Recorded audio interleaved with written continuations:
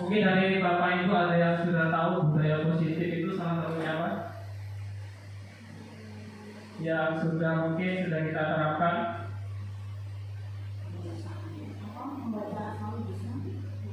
Salah satu contohnya seperti membaca Asmaul Husna, kemudian hari Jumat apa? Membaca Asmaul Husna ya. Kemudian ada lagi senam, ya. Ada yang ketinggalan apa? Gotong royong. Jadi di sini kita sebagai pendidik yaitu memahami konsep pendidikan menurut Ki Hajar Dewantara yang dihubungkan dengan konsep budaya dan lingkungan positif di sekolah yang berpihak pada murid. Jadi sekarang ini kita di kurikulum Merdeka kita itu harus berpihak dengan murid. Kemudian melakukan evaluasi, refleksi tentang praktik disiplin dalam pendidikan di Indonesia secara umum untuk mendapatkan pemahaman baru konsep disiplin positif untuk menciptakan murid dengan profil pelajar Pancasila seperti yang ada apa namanya di sekolah-sekolah kan kita menerapkan apa T5 ya.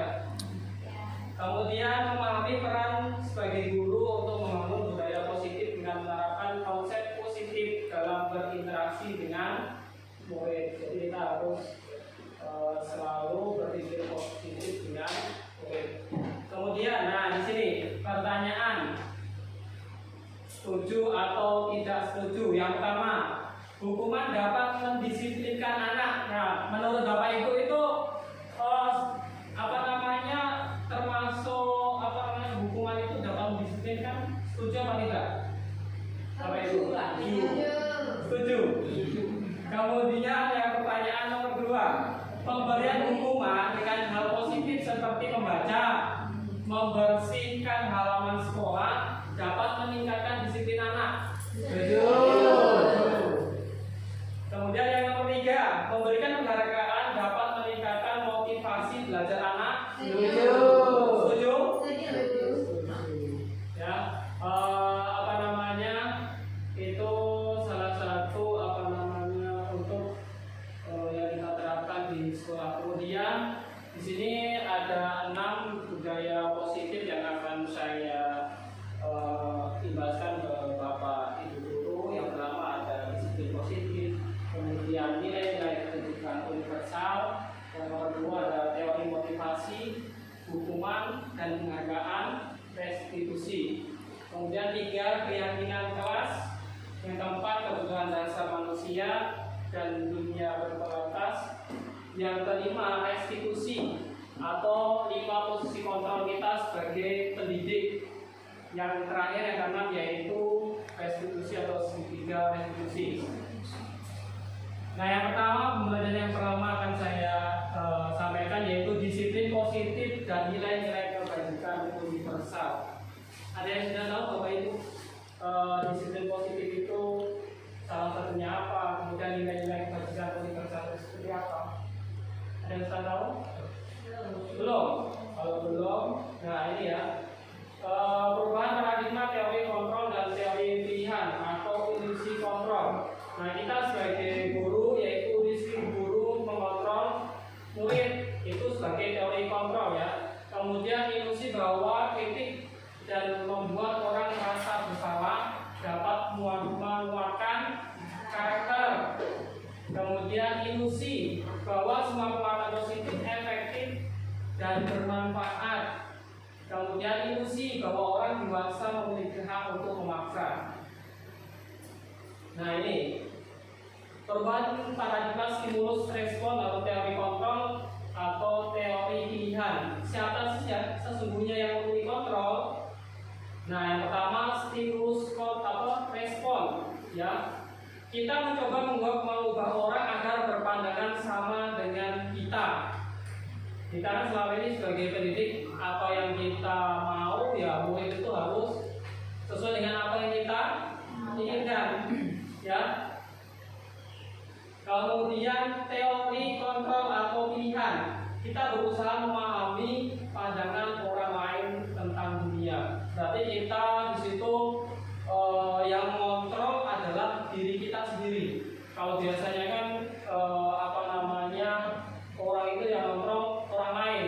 Padahal kontrol yang baik itu adalah terhadap diri sendiri, dari dirinya sendiri. Berperilaku buruk dilihat sebagai suatu kesalahan. Nah, kalau yang teori kontrol atau pilihan, semua perilaku memiliki tujuan. Kalau stimulus responnya kita sebagai ini kan mungkin kalau kita berperilaku buruk itu dilihat sebagai kesalahan. Tapi kalau sebagai teori kontrolnya, semua perilaku itu memiliki tujuan, ya. Kemudian orang lain bisa mengontrol saya, ya, itu kalau stimulus respon dari orang lain. Kalau dari diri sendiri, hanya Anda yang bisa mengontrol diri Anda. Jadi yang bisa mengontrol adalah diri kita masing-masing. Saya bisa mengontrol orang lain.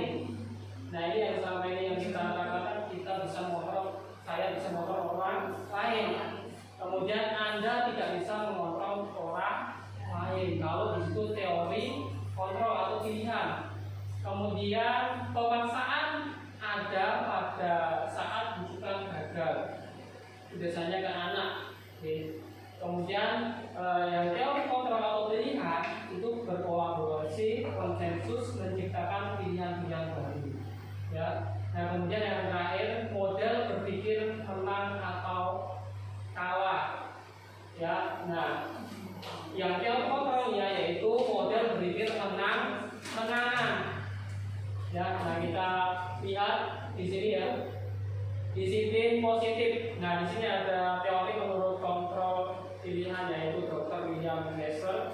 Ya, Anda tidak bisa mengontrol orang lain, hanya Anda yang bisa mengontrol diri Anda sendiri. Ya, jadi mana disiplin, belajar dari kontrol diri dengan menggali potensi kita, ya, agar tercapai tujuan yang mulia, yaitu sesuatu yang menjadi seseorang yang kita inginkan berdasarkan nilai-nilai yang kita hargai. Ya, contohnya di sini semua perilaku memiliki tujuan, yaitu kaitannya dengan motivasi. Motivasi secara dari intrinsik. Intrinsik itu apa? Dari diri kita atau dari dalam diri kita. Ya. Kemudian ada motivasi ekstrinsik. Nah, motivasi ekstrinsik itu biasanya untuk menghindari hukuman. Contohnya biasanya kalau murid ya. Kalau murid kita suruh, mereka malah biasanya justru malah melanggar. Karena apa? Tidak ada di situ motivasi intrinsiknya, kurang motivasi intrinsiknya. Kemudian untuk mendapatkan imbalan, nah selama ini kita dapat motivasi, contohnya ketika kita memberikan hadiah ke anak atau yang lainnya, itu kan intrinsik dari luar. Berarti kan tujuannya cuma hanya ingin mendapatkan imbalan. Oh, di sini kalau saya dapat juara satu, murid saya pasti dapat memberikan hadiah. Berarti kan itu cuma dari orang lain, bukan dari diri sendiri. Ya. Nah, ini yang intrinsik bisa menghargai diri sendiri, kemudian nilai-nilai kebajikan, universal, dan keyakinan kelas. Ini semuanya nantinya bisa kita terapkan di kesempatan kita. Kemudian yang tadi model berpikir menang-menangan, kolaborasi, konsensus pendidikan dengan baru. Nah, kita sebagai pendidik itu mempunyai 5 posisi kontrol. Nah, nanti bisa Bapak Ibu nilai sendiri. Bapak Ibu itu sebagai yang nomor berapa? Yang pertama ada sebagai pendukung, kemudian pembuat rasa bersalah, sebagai teman, sebagai pemantau, dan sebagai manajer. Nah, selama ini yang kita terapkan itu kita sebagai apa? Dari 5 itu posisi kontrol kita. Dari 5 ada yang pendukung, pembuat rasa bersalah, kemudian sebagai teman, atau kita hanya mantau anak, atau sebagai manajer. Biasanya apa? Sebagai teman. Ada yang sebagai teman, ada yang sebagai pendukung.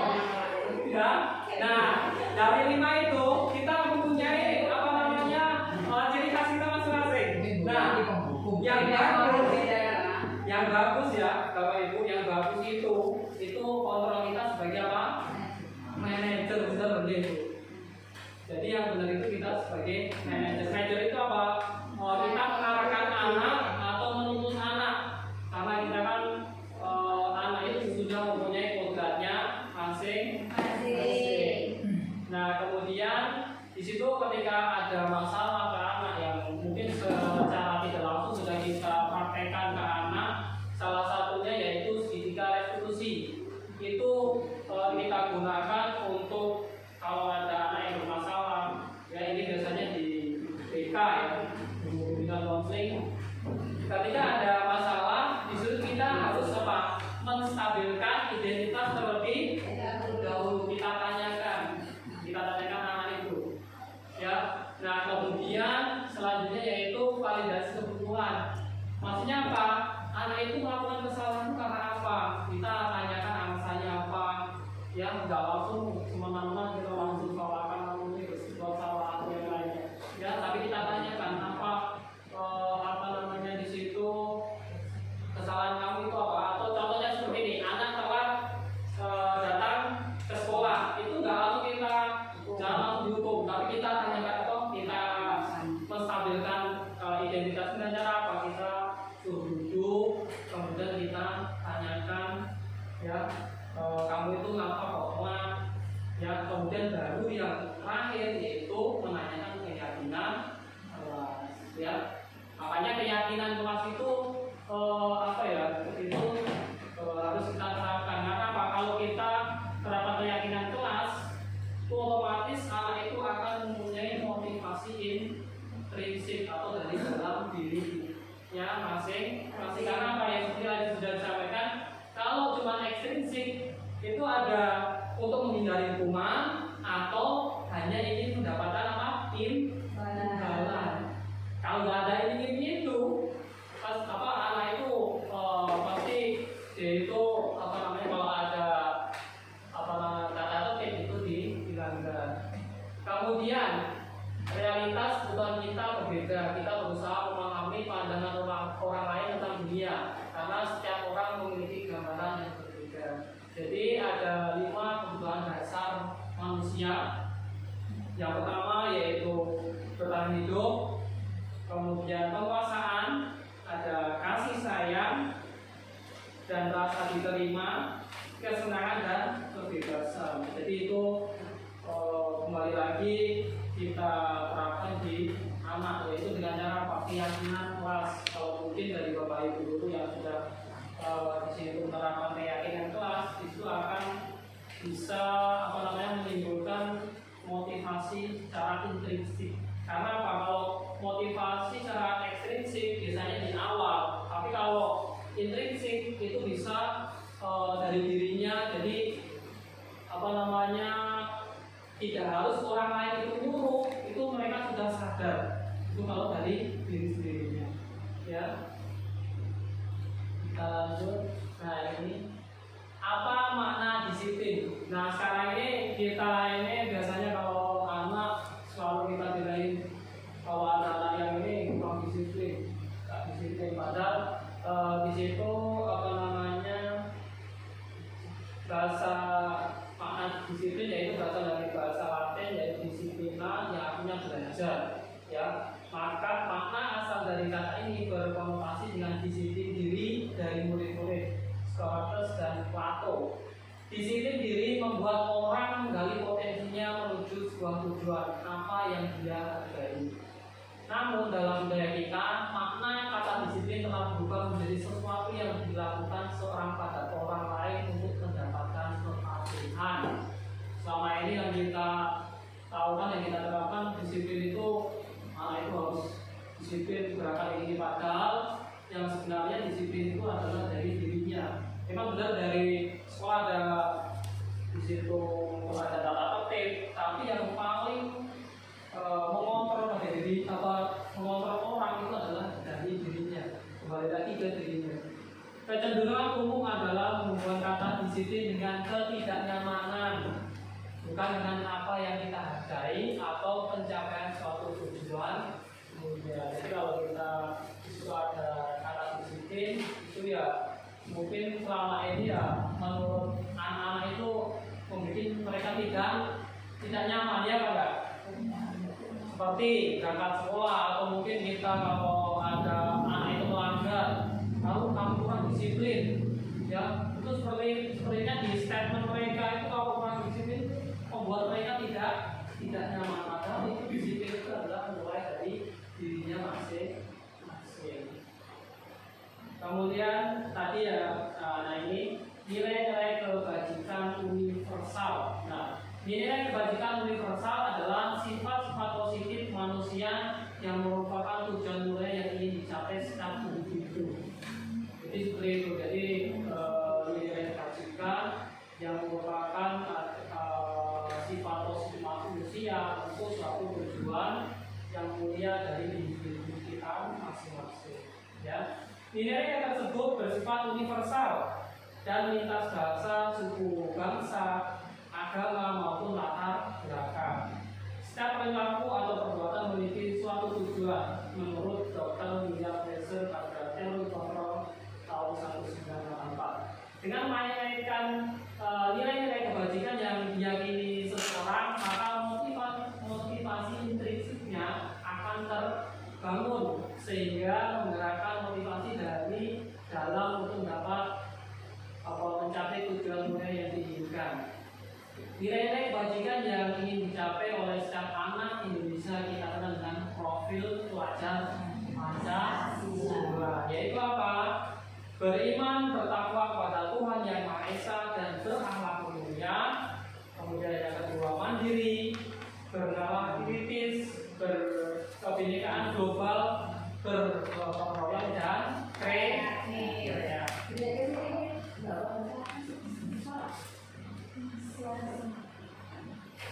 Nah ini untuk yang kedua, yaitu pembelajaran teori motivasi, hukuman dan penghargaan atau dan restitusi. Ada yang tahu Bapak Ibu teori motivasi, hukuman dan penghargaan serta restitusi? Kalau tidak, kita lanjutkan. Nah, teori motivasi perilaku manusia. Motivasi yang seperti saya sampaikan tadi ada eksternal, ya, kemudian ada internal. Nah, yang eksternal yang pertama yaitu untuk menghindari ketidaknyamanan atau hukuman. Ya, apa yang akan terjadi apabila saya tidak melakukannya? Contohnya apa? Ketika anak di situ mungkin ada tugas dari gurunya, ya, ketika ada motivasinya cuma dari eksternalnya saja, itu mereka mengerjakan karena apa? Karena ada di situ tekanan dari orang lain, bukan dari diri mereka. Kemudian motivasi eksternal yang kedua yaitu mereka itu mengerjakan tugas dari gurunya itu hanya ingin mendapatkan imbalan. Ya, mungkin banyak dari bapak ibu gurunya yang di situ diterapkan ke anaknya. Ketika anaknya play, do, nanti kalau kamu juara 1, nanti saya berikan motor atau berikan sepeda. Itu termasuk motivasi eksternal. Ya, walaupun dari orang tua itu masuk eksternal. Nah, yang bagus yaitu dari motivasi internal dari dalam diri, tujuannya untuk disiplin positif, yaitu menghargai diri sendiri. Saya akan menjadi orang yang seperti apa bila saya melakukannya. Maksudnya seperti ini. Kalau saya melakukan itu untuk kebaikan saya sendiri, bukan untuk orang lain. Maksudnya dia terdorong oleh hatinya, bukan oleh orang lain. Nah, ini merdeka menurut Ki Hajar Dewantara. Merdeka itu artinya tidak hanya terlepas dari perintah, akan tetapi juga cakap buat memerintah diri sendiri. Jadi itu menurut Ki Hajar Dewantara. Jadi merdeka itu tidak hanya lepas dari hanya perintah, tapi akan tetapi itu lebih cakapnya lagi bisa memerintah terhadap diri sendiri. Ya. Dihukum oleh penghargaan. Nah, ini tadi bahwa penghargaan berlaku sama dengan hukuman, dalam arti meminta atau membujuk seorang melakukan sesuatu untuk memenuhi suatu tujuan tertentu dari orang yang meminta atau membujuk. Ya, dorongannya yaitu dorongan eksternal dan akan ada faktor ketergantungan. Contohnya tadi seperti saya sampaikan tadi, anak itu mau mengerjakan tugas karena apa? Ada iming-iming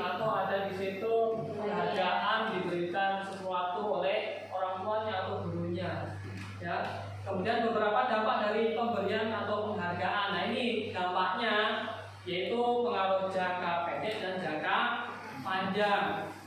Maksudnya apa? Anak itu mau belajar dengan sungguh-sungguh kalau ada maunya, ada iming-iming dari orang lain. Kemudian penghargaan menghukum, ya, maksudnya apa? Ketika anak di situ menghukumnya yang positif, yang itu tadi kembali lagi memberikan penghargaan itu tadi.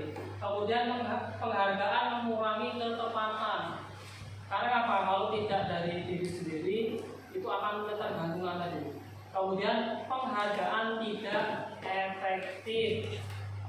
Oke. Kemudian yang terakhir penghargaan merusak hubungan. Kalau nggak dikasih, biasanya anak itu, bapak ini nggak mau ngasih, nggak mau belajar lagi lah, ya. Itu makanya kita kita tanamkan budaya positif atau di situ motivasi intrinsik yang satu dari diri kita. Kemudian, dihukum oleh penghargaan. Penghargaan itu bisa menurunkan kualitas. Penghargaan mematikan kreativitas. Penghargaan bisa mengurangi motivasi intrinsik.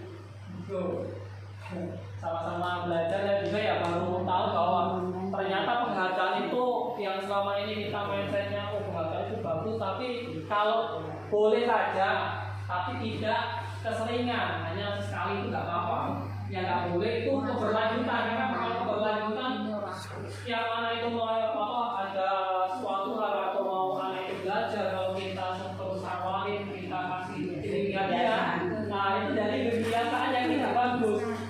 Akhirnya anak itu mau melakukan kalau ada tinggal baliknya, ya. Ada maunya, bentuk program kebajikan atau apresiasi. Dalam memberikan apresiasi atau maafan perlu diingat beberapa hal. Yang pertama, beri pengakuan secara khusus. Contohnya di kelas, setiap anak itu kan mempunyai kelebihan dan kekurangan masing-masing. Ya. Jadi kalau ada anak yang mungkin di situ bisanya mungkin menghitungnya atau yang lainnya, itu bisa kita beri pengakuan secara khusus. Okay. Atau di situ memberi pengakuan secara pribadi. Okay. Secara pribadi itu ketika maju, mungkin anaknya kita dalam hal pelajaran atau menjawab pertanyaan atau pada saat ujian, ya bisa kita beri pengakuan secara pribadi ke anak. Kemudian memberi pengakuan kepada semua murid secara bergantian. Contohnya apa? Ketika kita maju, kita sebagai pendidik, ketika anak maju itu selalu kita berikan motivasi atau di situ kita berikan apresiasi. Biar apa? Mereka itu semangat dalam belajar, ya. Kemudian berikan pengakuan secara konsisten. Anak kalau biasanya kita berikan pengakuan, kita beri apresiasi, setiap kita ngajar, belajar apa kita kasih tepuk tangan atau yang lainnya, itu bisa menambah motivasi intrinsik dari dirinya. Kemudian fokus pada proses. Nah, ini yang paling penting, yaitu fokus pada proses. Jadi, kalau kita sebagai pengajar itu harus fokus pada proses ke anaknya. Kemudian, ini contoh pengakuan atau apresiasi kebajikan. Kemarin saya perhatikan untuk membuka ya. Kemarin saya perhatikan. Nah, nilai kebajikannya itu apa? Rasa empatimu besar sekali. Situasinya pada saat menolong murid baru di kelas kita. Jadi semuanya ada anak menolong pada murid di kelasnya, ya berarti kita berikan, berarti rasa empati itu besar ke kawannya. Itu termasuk apresiasi. Anak kemudian saya menghargai kepedulianmu pada saat kamu membantu teman-temanmu di tugas kelompok. Seperti biasanya kan Bapak Ibu kalau ngajar di bagi unit kelompok, ketika mungkin ada kawannya yang kesusahan dibantu, itu termasuk kepedulian mereka kepada teman-temannya. Berarti apa? Nilai yang bisa diambil itu saling menghargai. Kemudian rasa terima kasih, yaitu rasa tanggung jawabmu. Pada saat kamu memungut kertas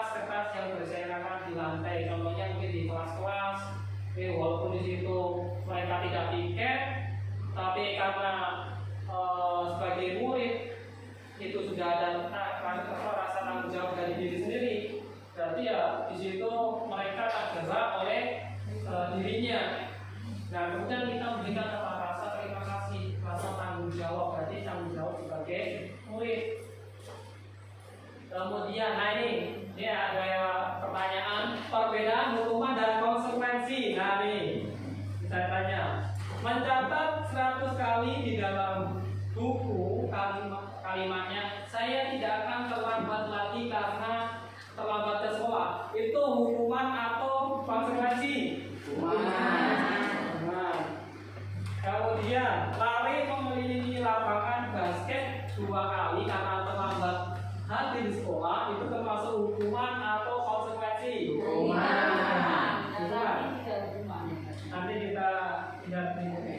Kemudian yang ketiga, murid diminta untuk push up. Ini biasanya di pelajaran di luar kelas atau di situ 15 kali karena kita menggunakan masa ke sekolah. Jadi kalau nggak hanya di pelajaran olahraga, biasanya di kelas juga. Nah itu termasuk hukuman atau konsekuensi? Hukuman. Push up, hukuman. Mengganti kertas tugas teman yang telah dicoret-coret, mengganti. Konsekuensi. Membersihkan tumpahan air di meja tulis karena tersenggol pada saat belajar. Konsekuensi. Konsekuensi. Kemudian murid disuruh untuk tidak mengenakan sepatu seharian di sekolah karena tidak mengenakan sepatu hitam. Hukuman atau konsekuensi? Hukuman. Kemudian yang terakhir, lari mengelilingi lapangan basket 2 kali karena terlambat 10 menit untuk pelajaran PJOK. Konsekuensi. Kita lihat jawabannya. Kita lihat jawabannya. Nah ini, yang pertama mencatat 100 kali dalam buku, yaitu termasuk hukuman. Yang nomor 2 juga hukuman. Nomor 3 juga hukuman. Yang menggantikan kertas tugas teman yang telah dicoret-coret adalah konsekuensi. Karena apa? Dia konsekuensi untuk mengganti kertas yang sudah dicoretnya. Kemudian membersihkan tumpahan air di meja tulis karena tersenggol pada saat belajar. Berarti konsekuensi, dia ada konsekuensi untuk membersihkan. Kemudian hukuman yang nomor murid disuruh untuk tidak mengenakan sepatu seharian di sekolah karena tidak mengenakan sepatu hitam, itu adalah hukuman. Yang terakhir, kenapa kok lari mengelilingi lapangan basket 2 kali karena berapa 10 menit untuk PJOK termasuk konsekuensi? Karena itu di pelajaran PJOK. Nah yang terakhir ini bisa konsekuensi, bisa hukuman. Kalau hukuman apa? Kalau gurunya yang di dalam kelas itu hukuman. Kalau konsekuensi kalau di pelajaran PJOK. Jadi yang terakhir itu bisa konsekuensi, bisa hukuman. Jadi seperti itu. Nah ini perbedaan hukuman dan konsekuensi. Hukuman, sesuatu yang menyakitkan harus terjadi, itu hukuman. Konsekuensinya adalah sesuatu harus terjadi, itu konsekuensi. Kemudian membuat anak sakit fisik maupun hati untuk jangka yang lama, itu hukuman. Adapun konsekuensi yaitu membuat anak merasa tidak nyaman dalam waktu jangka waktu yang pendek, itu konsekuensinya. Kemudian selanjutnya anak membenci kedisiplinan, itu hukuman. Oke. Nah kemudian anak menghargai disiplin, itu konsekuensi. Berarti kalau ada anak yang menghargai disiplin, itu konsekuensi dari mereka, ya, dari diri tadi. Kemudian kalau hukuman itu contoh paksaan. Contohnya kita kalau ada anak yang bersalah menghukum, itu termasuk paksaan. Nah kalau di konsekuensi itu adalah stimulus atau tanggapan, timbal baliknya.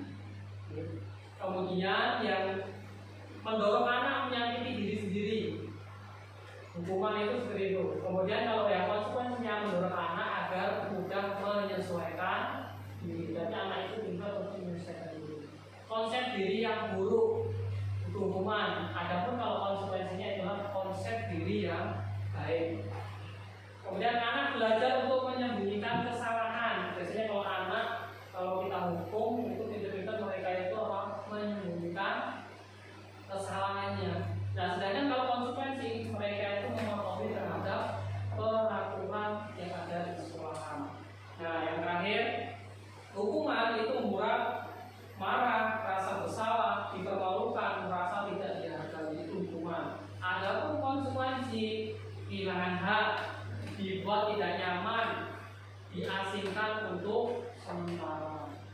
konsekuensi.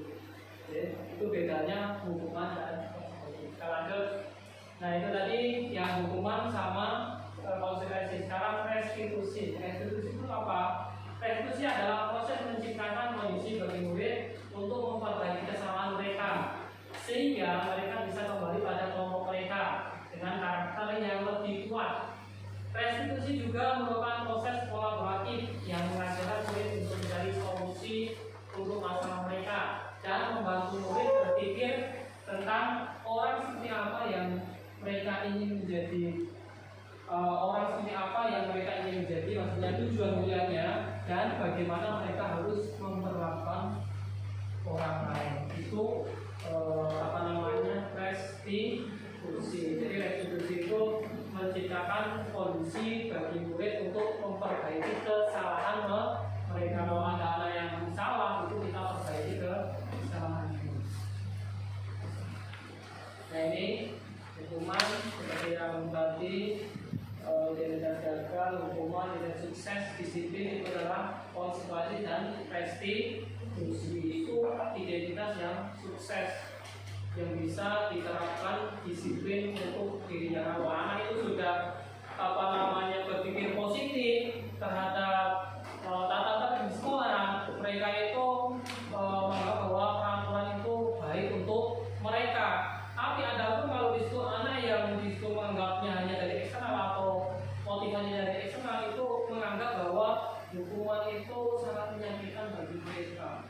Oke. Jadi yang baik itu adalah harus dirasa disiplin yang memiliki konsekuensinya. Karena apa? Kalau anak itu sudah konsekuensi dengan apa yang sudah mereka buat sendiri, dengan cara apa? Membuat di situ keyakinan kelas tadi. Kalau anak sudah kita bikinkan keyakinan kelas, kita tinggal mengingatkan saja. Kemudian 9 ciri-ciri restitusi, bukan untuk menebus kesalahan, namun untuk belajar dari kesalahan. Itu ciri-ciri restitusi. Kemudian memperbaiki hubungan, kemudian tawaran, bukan paksaan. Restitusi menuntut untuk melihat ke dalam diri. Restitusi mencari kebutuhan dasar yang melandasi tindakan. Kemudian restitusi diri adalah cara yang paling baik. Restitusi fokus pada karakter, bukan tindakan. Kemudian restitusi fokus pada solusi. Jadi restitusi itu adalah kita memberikan solusi ke anak ketika anak itu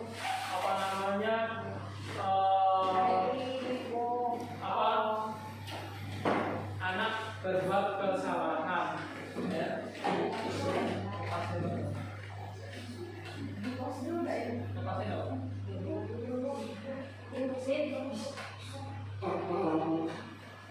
Kemudian selanjutnya yang 9, restitusi bisa mengembalikan murid yang berbuat salah pada kelompoknya. Jadi kalau ada anak yang berbuat salah, ya supaya kita kembalikan atau kita berikan arahan ke anak. Nah kemudian yang ketiga yaitu keyakinan kelas. Mengapa tidak peraturan saja? Mengapa harus keyakinan kelas?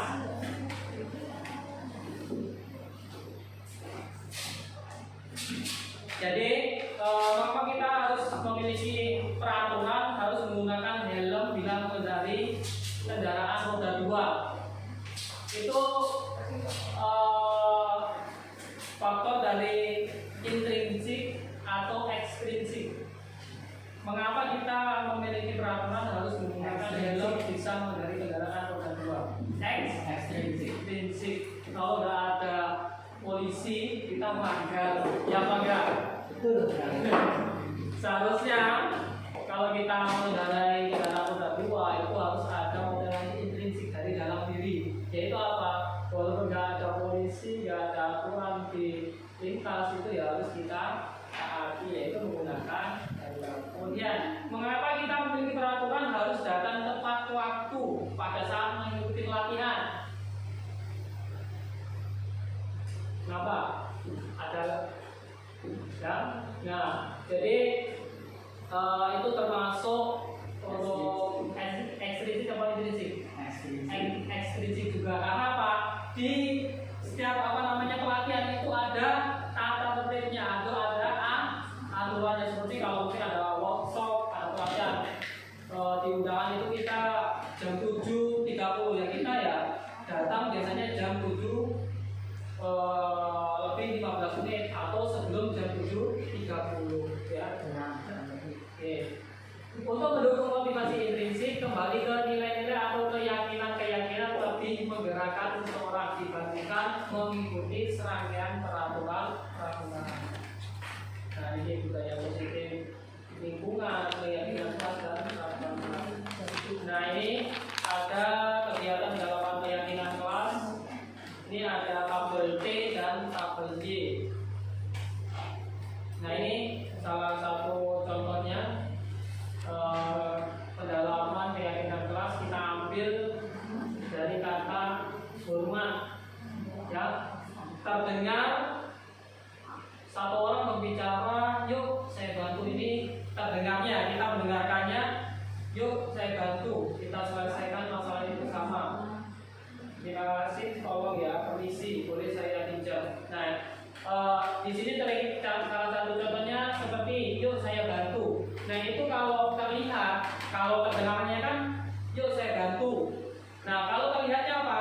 Berempati terhadap perasaan orang lain. Nah, berperilakunya apa? Kita tersenyum ramah, itu perilakunya. Kalau terdengarnya itu yuk saya bantu, kalau terlihatnya kita berempati terhadap orang lain, kalau perilaku kita terhadap orang lain yaitu apa? Dengan rasa memberikan senyuman atau kita ramah kepada orang lain.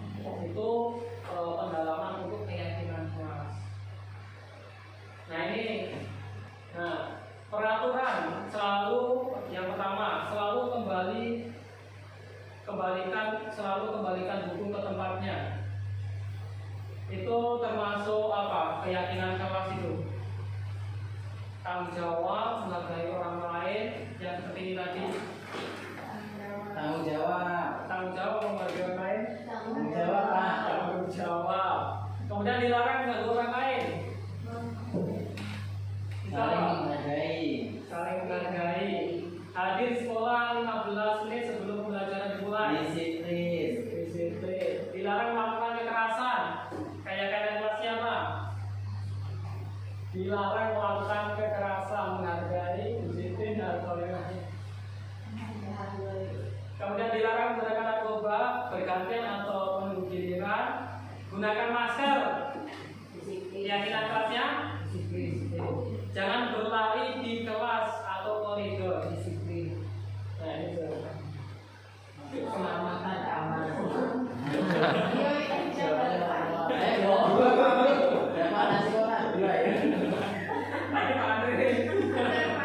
Jawabnya benar ya. Nah, jadi kalau kita selalu kembalikan buku pada tempatnya, berarti ada rasa tanggung jawab. Kemudian dilarang mengganggu orang lain, berarti menghormati orang lain. Kemudian hadir di sekolah 15 menit sebelum pembelajaran dimulai, menghormati orang lain dan berkomitmen. Kemudian dilarang melakukan kekerasan, itu keselamatan dan menghormati orang lain. Dilarang menggunakan narkoba, itu adalah kesehatan. Kemudian bergantian atau giliran, menghormati orang lain dan bersabar. Gunakan masker, itu adalah kesehatan dan keselamatan. Yang terakhir, jangan berlari di kelas atau koridor, termasuk keselamatan dan keamanan. Yang keempat, kebutuhan dasar manusia dan dunia yang berkualitas. Nah, kita lihat di video untuk kebutuhan manusia.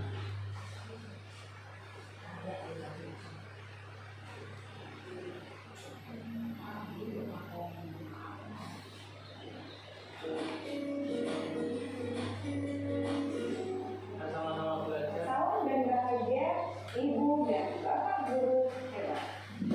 Untuk membangun budaya sekolah yang positif dengan lingkungan yang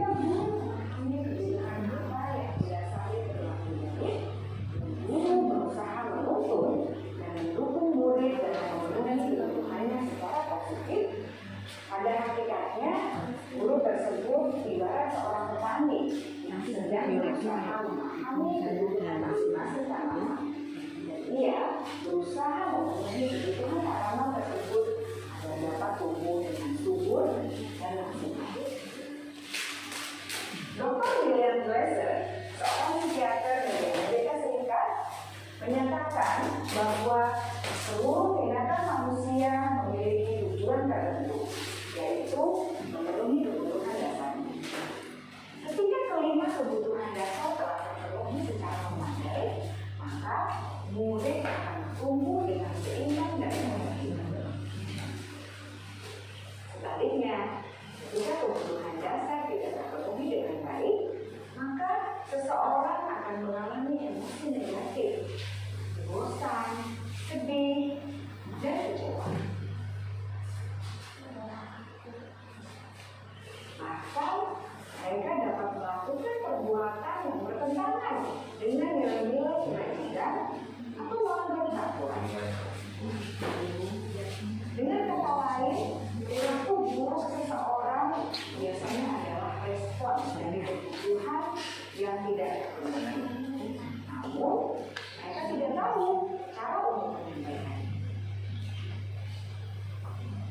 Ada 5 kebutuhan dasar manusia menurut Dr. William Fraser, yaitu yang pertama, kebutuhan untuk bertahan hidup atau survival. Yang kedua, kebutuhan untuk merasa diterima atau love and belonging. Yang ketiga, kebutuhan akan kebebasan atau freedom. Yang keempat, kebutuhan akan kesenangan atau fun. Dan yang kelima, kebutuhan akan kekuasaan atau power.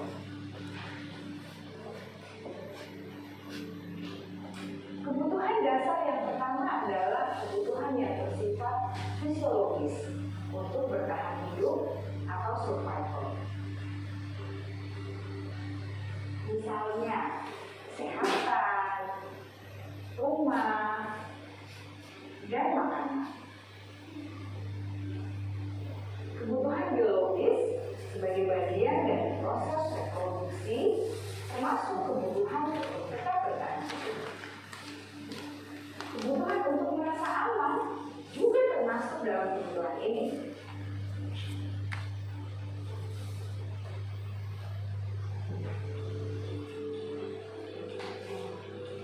Agar murid dapat belajar dengan baik, kebutuhan mereka akan merasa aman, pangan, sandal, dan papan harus terpenuhi. Bagaimana mungkin mereka dapat belajar dengan baik bila mereka datang ke sekolah dengan perut yang lapar atau bila rumah mereka kebanjiran?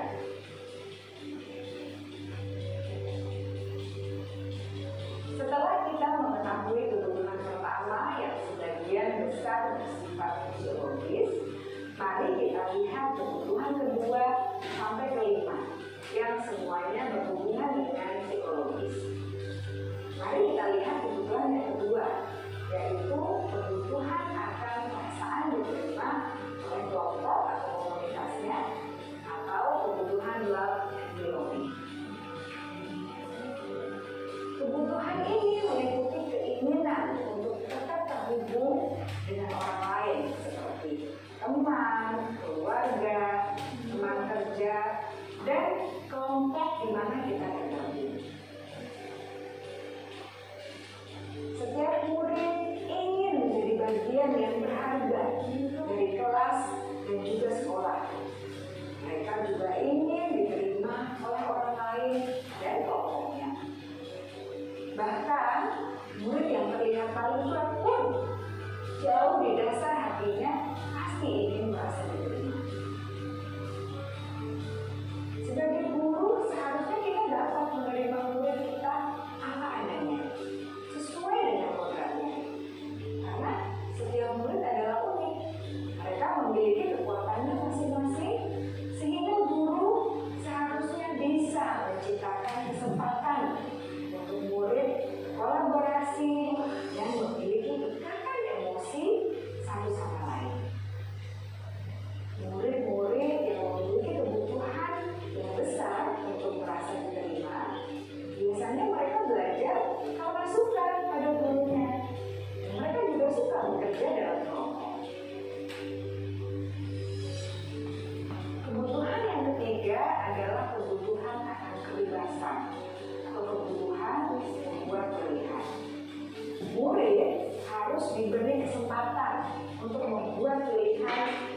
bertanggung jawab atas pilihan yang mereka telah ambil. Beri mereka kebebasan bukan berarti membiarkan mereka melakukan apa saja yang mereka mau, melainkan lebih memberi mereka kesempatan untuk membuat pilihan, menyuarakan pendapat mereka dengan percaya diri, dan memberi mereka kesempatan untuk mencoba hal-hal yang baru. Pembelajaran dengan metode yang beragam dan menarik juga akan memenuhi kebutuhan murid tentang kebebasan ini. Pembelajaran berdiferensiasi, di mana guru menyediakan beberapa jenis tugas yang bisa dipilih oleh murid sesuai minat mereka, sangat baik untuk mengembangkan murid jadi lebih mandiri dan memiliki motivasi internal. Karena kebutuhan akan kebebasan pada dasarnya adalah kebutuhan untuk mandiri, memiliki otonomi, memiliki pilihan, dan mampu mengendalikan arah diri sendiri.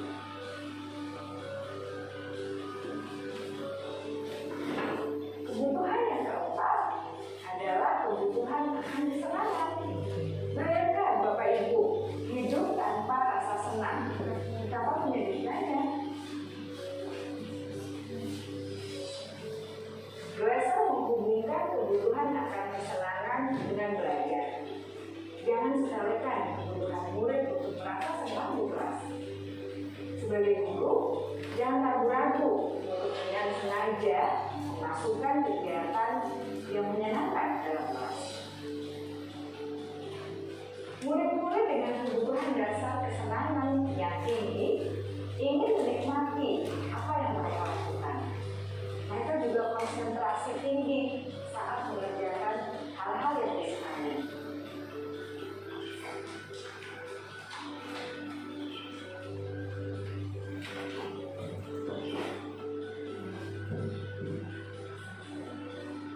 Kebutuhan yang kelima adalah kebutuhan akan penguasaan. Setiap murid memiliki kebutuhan untuk merasa kompeten,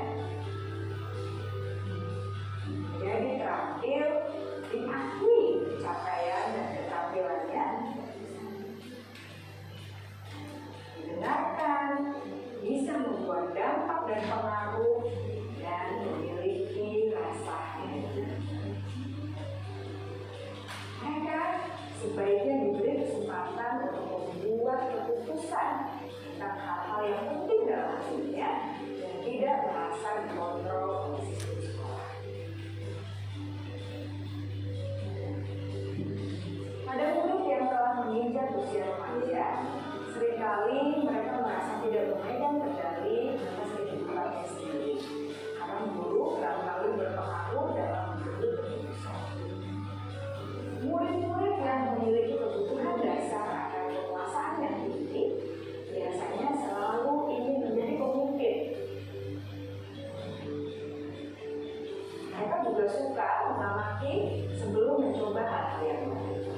Mereka juga perfeksionis dan merasa kecewa bila melakukan kesalahan.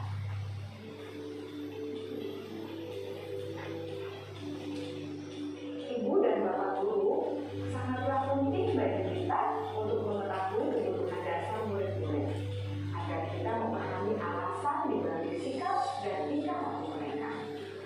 Bila murid berperilaku buruk atau melanggar peraturan sehingga tindakannya tidak sesuai dengan yang dibagikan, maka guru harus mencari tahu alasan yang mendasari tindakan tersebut dan kebutuhan apa yang terjadi. Melalui percakapan dengan guru dalam pendekatan disiplin positif, murid dapat diajak untuk bersikap asertif dalam mengenali kebutuhan-kebutuhan yang berusaha mereka penuhi dan mendasari tindakan mereka. Jika guru mengabaikan perilaku murid, maka perilaku tersebut akan berpengaruh pada suasana kelas yang kurang kondusif dan akan berpengaruh pada tujuan dari pendidikan itu sendiri. Ibu, Bapak guru hebat, mari kita menjadi guru yang lebih baik dengan memahami kebutuhan dasar murid-murid kita dan senantiasa membimbing mereka untuk menjadi pribadi yang berdaya, seimbang, dan bahagia. Salam dan bahagia, Ibu dan Bapak Guru hebat. Terima kasih video tentang kebutuhan dasar manusia yang berkualitas. Jadi dari video itu bisa kita simpulkan bahwa kita sebagai pengajar atau pendidik itu harus tahu kebutuhan dasar anak tersebut. Kemudian yang kelima, posisi kontrol. 5 posisi kontrol. Nah, ini ada penghubung, pembuat rasa bersalah, teman, pemantau atau manajer. Salah satu contohnya seperti ini. Saya ambil contoh yang di paling atas. Guru berbuat yaitu menghardik atau menunjukkan atau menyakiti atau menyindir. Itu penghukum. Yang sebagai penghukum itu biasanya guru itu selalu menghardik terhadap muridnya. Kemudian kalau kita di posisi kontrol kita sebagai rasa bersalah, nah di situ kita mengatakan seharusnya ibu itu kecewa karena apa, mungkin anak tidak mengerjakan tugas, jadi kita merasa kecewa. Itu berarti kita sebagai posisi kontrolnya membuat rasa bersalah. Nah, kemudian sebagai teman, di situ membuatkan alasan-alasan untuk muridnya. Itu kalau posisi kita sebagai teman, contohnya, ayolah lakukan demi ibu. Itu kan kita sebagai teman, contohnya seperti itu. Kemudian kalau kita sebagai pemantau, yaitu menghitung atau mengukur. Contohnya, apa peraturannya? Pokoknya anak melanggar aturan. Aturannya itu apa sih kalau kamu melanggar ini? Itu sebagai pemantau. Jadi, kita hanya memantau, kemudian menanyakan ke anak kalau mereka melanggar, itu melanggar aturan apa. Kemudian ini posisi yang paling yang paling sesuai, yaitu kalau bisa kita sebagai manajer, yaitu melakukan pertanyaan-pertanyaan. Contohnya, apa yang akan kita yakini, kemudian apa yang bisa kamu kerjakan untuk memperbaiki masalah ini. Ketika ada anak yang bermasalah, kita tanyakan masalahnya, kemudian anak itu bagaimana cara memperbaiki masalahnya. Jadi kita sebagai guru ya mencarikan solusinya. Itu kalau posisi kita sebagai manajer.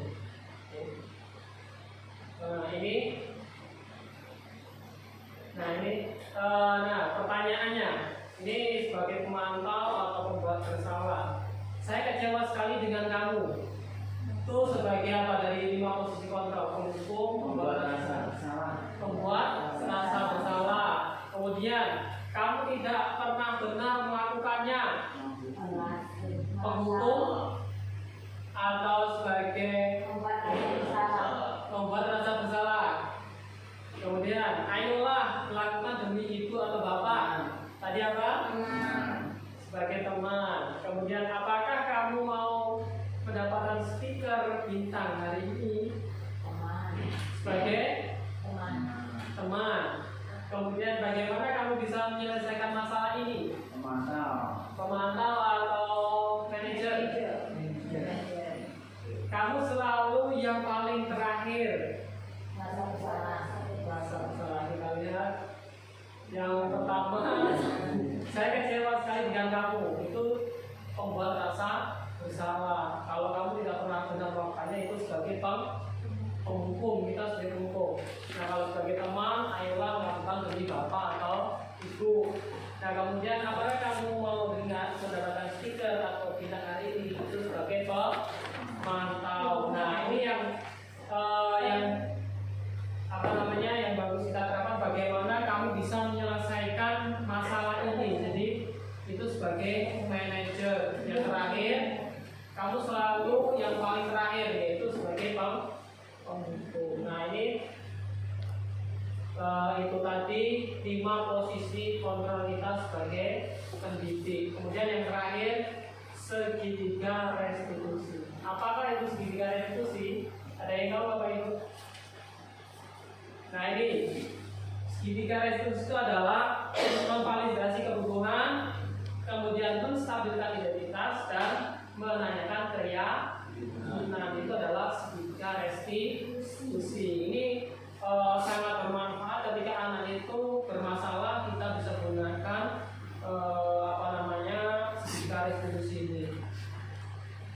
Nah ini contohnya kan, contoh menstabilkan identitas untuk membuat anak merasa gagal karena buat salah menjadi positif terhadap dirinya. Contoh seperti guru berkata, berbuat salah itu adalah hal yang manusiawi, tidak ada manusia yang sempurna.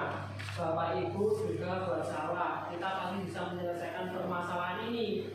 Bapak Ibu tidak tertarik untuk mencari tahu siapa yang benar, siapa yang salah. Bapak Ibu lebih tertarik untuk menyelesaikan masalah. Kalau kamu menyalahkan dirimu sendiri terus-menerus, apakah kamu bersikap baik pada dirimu sendiri? Itu adalah cara menstabilkan identitas ke anak.